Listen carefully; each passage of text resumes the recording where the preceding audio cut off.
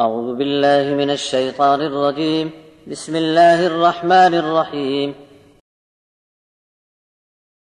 نون والقلم وما يسطرون ما أنت بنعمة ربك بمجنون وإن لك لأجرا غير ممنون وإنك لعلى خلق عظيم فستبصر ويبصرون بأيكم المفتون إن ربك هو أعلم بمن ضل عن سبيله وهو أعلم بالمهتدين فلا تطع المكذبين ودوا لو تدهن فيدهنون ولا تطع كل حلاف مهين هماز مشاء بنميم مناع للخير معتد أثيم عتل بعد ذلك زنيم أن كان ذا مال وبنين إذا تتلى عليه آياتنا قال أساطير الأولين سنسمه على الخرطوم إنا بلوناهم كما بلونا أصحاب الجنة إذ أقسموا ليصرمنها مصبحين ولا يستثنون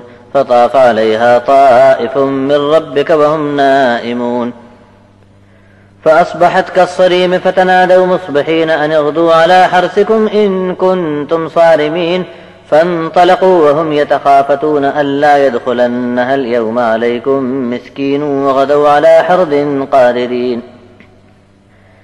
فلما رأوها قالوا إنا لضالون بل نحن محرومون قال أوسطهم ألم أقل لكم لولا تسبحون قالوا سبحان ربنا إنا كنا ظالمين فأقبل بعضهم على بعض يتلاومون قالوا يا ويلنا إنا كنا طاغين عسى ربنا أن يبدلنا خيرا منها إنا إلى ربنا راغبون كذلك العذاب والعذاب الآخرة أكبر لو كانوا يعلمون شروع کرتا ہوں اللہ کا نام لے کر جو رحمان ہے رحیم ہے۔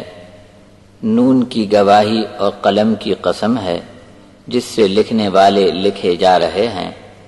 آپ پر تو آپ کے رب کی نعمت ہے، آپ کبھی دیوانے نہیں ہو سکتے۔ آپ کے لیے ایسا اجر ہے جو کبھی ختم نہ ہوگا اور آپ تو اخلاق کے عظیم مرتبے پر ہو۔ بس اب آپ بھی دیکھ لیں گے اور یہ بھی دیکھ لیں گے کہ تم میں سے دیوانہ کون ہے۔ تمہارا رب اس کو بھی خوب جانتا ہے جو اس کے راستے سے بھٹک گیا ہے، اور جو لوگ ہدایت پر چل رہے ہیں ان کو بھی خوب جانتا ہے۔ جھٹلانے والوں کے کہنے میں نہ آؤ، یہ لوگ چاہتے ہیں کہ تم تھک کر ڈھیلے پڑو تو وہ بھی نرم پڑ جائیں۔ بہت قسمیں کھانے والے رسوا آدمی کی بات میں نہ آؤ جو چغلی کرتا ہے اور ادھر ادھر کی لگاتے پھرتا ہے۔ نیکی سے روکنے والے، زیادتی کرنے والے پاپی کے فریب سے بچو جو بہت اجڑ، گنوار اور اس کے بعد بد اصل ہے۔ بس اس کے پاس کچھ مال اور بیٹے ہیں، اسی پر اکڑتا ہے۔ جب ہماری آیات اس پر پڑھی جاتی ہیں تو کہتا پھرتا ہے کہ یہ سب اگلوں کے قصے کے سوا کچھ نہیں، بس بہت جلد اس کی ناک پر ہم داغ دیں گے۔ دراصل ہم نے ان کو ایک امتحان میں ڈالا ہے، جیسے کہ ہم نے ایک باغ والوں کو امتحان میں ڈالا تھا جب انہوں نے قسم کھا کر طے کر لیا تھا کہ صبح سویرے باغ کا میوہ کاٹ کر لے آئیں گے، اور انشاءاللہ بھی نہ کہا۔ بس وہ لوگ سو رہے تھے کہ تمہارے رب کی طرف سے راتوں رات ایک آفت ان کے باغ پر پھیرا ڈال گئی، اور صبح ہوتے ہی تمام باغ کٹ کٹا کر چورا چورا ہو گیا۔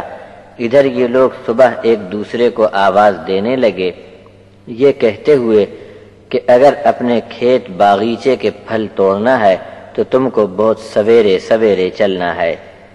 بس سب مل کر چل پڑے اور آپس میں چپکے چپکے باتیں کرتے جا رہے تھے کہ آج تم پر کوئی محتاج مسکین آنے نہ پائے۔